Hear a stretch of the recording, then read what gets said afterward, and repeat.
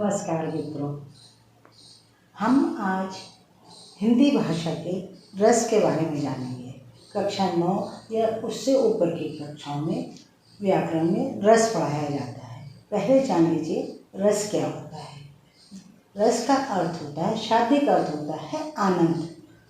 तो कविता को पढ़ने या सुनने में जो आपको आनंद की अनुभूति होती है, यानी कि आनंद आता है, वो रस कहलाता है। तो कहा जा सकता है कि रस अंतःकरण की वह शक्ति होती है जिसके कारण मनुष्य कल्पना करता है, स्वप्न देखता है और विचरण करता है। तो उस कविता को सुनकर या देखकर जो स्वप्न देखता है, जो विचार करता है, जो आनंद आता है, उसे हम रस कहते हैं। रस 9 प्रकार के होते हैं, लेकिन 2 अन्य रस को भी बाद में जोड़ दिया गया है, वात्सल्य रस और भक्ति रस। तो इन दोनों रसों के बारे में भी हम जानेंगे। पहले हम जानेंगे कि रस कौन कौन से प्रकार के होते हैं, उसके बाद हम उनमें कौन सा स्थायी भाव होता है, किस तरह हम उस रस को पहचानते हैं, वो उदाहरणों के साथ हम सीखेंगे। तो चलिए शुरू करते हैं। आइए रस के प्रकार जान लेते हैं। पहला होता है श्रृंगार रस, दूसरा हास्य रस, तीसरा वीर रस, चौथा करुण रस, पांचवा शांत रस।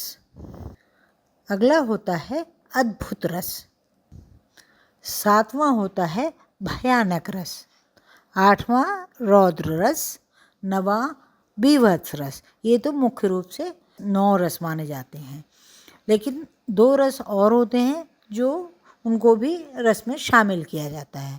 10वां होता है वात्सल्य रस और 11वां होता है भक्ति रस।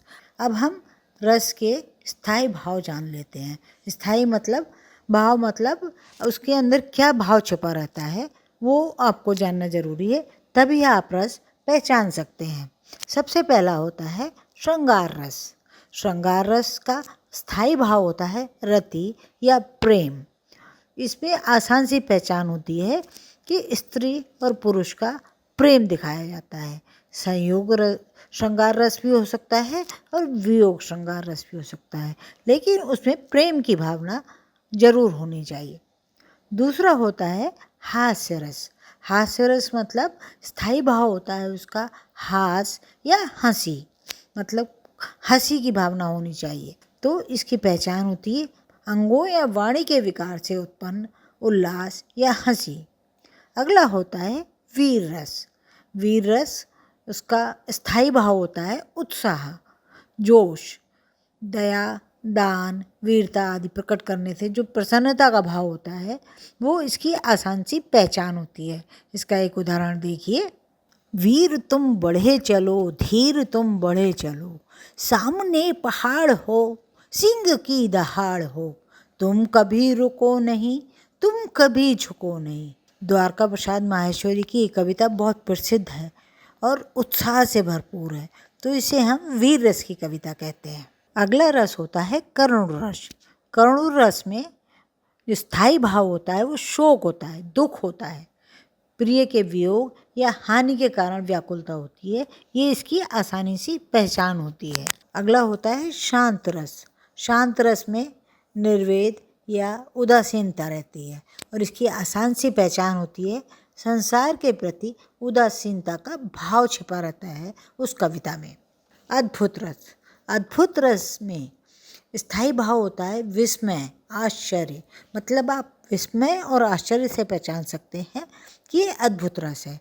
इसकी आसान सी एक पहचान होती है कि अनोखी वस्तु को देखकर या सुनकर आश्चर्य का भाव छिपा रहता है। अगला होता है भयानक रस। भयानक रस होता है जिसका कि स्थायी भाव होता है भय, डर। इसकी पहचान होती है बड़ा अनिष्ट कर सकने में समर्थ, जीव या वस्तु को देखकर उत्पन्न व्याकुलता। रौद्र रस।